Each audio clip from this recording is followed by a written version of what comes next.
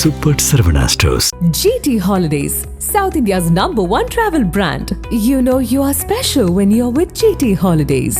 தமிழ் சினிமாவின் உச்ச நடிகர் விஜய். இவர் சமீபத்தில் தமிழக வெற்றி கழகம் என்னும் பெயரில் கட்சியை தொடங்கினார். இந்த கட்சி தமிழக அரசியலில் அடியெடுத்து வைத்தது முதலே சட்டமன்ற தேர்தலை நோக்கி தீவிரமாக இயங்கி வருகிறது. விஜயின் வருகையும் அவரது பேச்சுக்களும் அரசியலில் வாத பிரதிவாதங்களை உருவாக்கி வருகிறது. நடிகர் விஜய் கடந்த 1998ஆம் ஆண்டு சங்கீதா என்பவரை திருமணம் செய்து கொண்டார். விஜய் சங்கீதா ஜோடிக்கு 2 பிள்ளைகள் உள்ளனர். தொடக்கத்தில் இசை வெளியீட்டு விழா, விருது நிகழ்வுகளில் கலந்து கொண்ட சங்கீதா சமீப காலங்களாக பொதுவெளியில் தலை காட்டாமலேயே இருந்து வருகிறார்.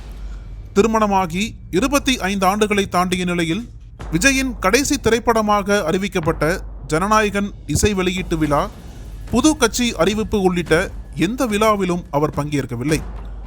கணவன் மனைவிக்குள் மனஸ்தாபம் இருப்பதால் சங்கீதா லண்டனில் தனிமையில் வசித்து வருவதாக அவ்வப்போது தகவல்கள் உலா வந்து கொண்டிருக்கும்.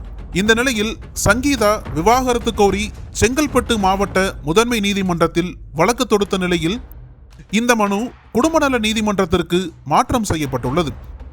சங்கீதாவுக்காக மும்பையைச் சேர்ந்த ஒரு வழக்கறிஞரும் சென்னையைச் சேர்ந்த 2 பிரபல வழக்கறிஞர்களும் ஆஜராகியுள்ளனர். சங்கீதா தரப்பில் விவாகரத்து கோரி தாக்கல் செய்யப்பட்டுள்ள மனுவில் தெரிவிக்கப்பட்டுள்ளதாவது: கடந்த ஏப்ரல் 2021ஆம் ஆண்டு தனது கணவர் விஜய் திருமணத்திற்கு மீறிய உறவில் ஒரு நடிகையுடன் இருந்தது தெரிய வந்தது. இதனால் தான் மென்டல் குரூவல்டி நிலைக்கு சென்றேன். இது தனக்கு ஆழ்ந்த வலியையும் மனவேதனையையும் ஏற்படுத்தியது.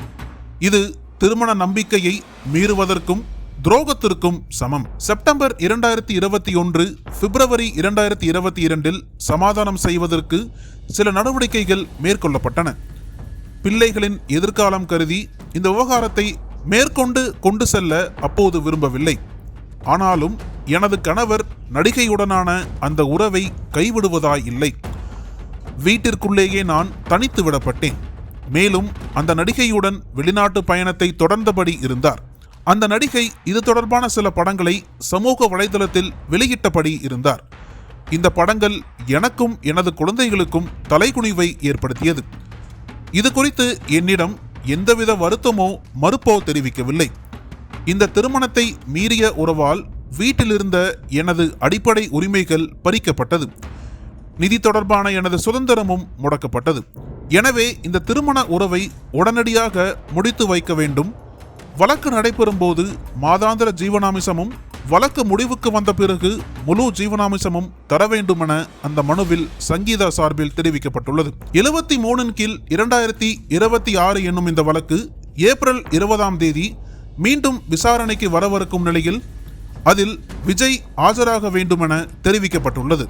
உச்ச நடிகராக இருந்து முதலமைச்சர் கனவோடு அரசியலில் களமிறங்கியுள்ள விஜய் தனி மனித வாழ்வில் தனது மனைவி மீது குடும்ப வன்முறையை நிகழ்த்தியும் மனரீதியாகவும் பொருளாதார ரீதியாகவும் பாதிப்புக்குள்ளாக்கியுள்ளது அதிர்ச்சியை ஏற்படுத்தியுள்ளது.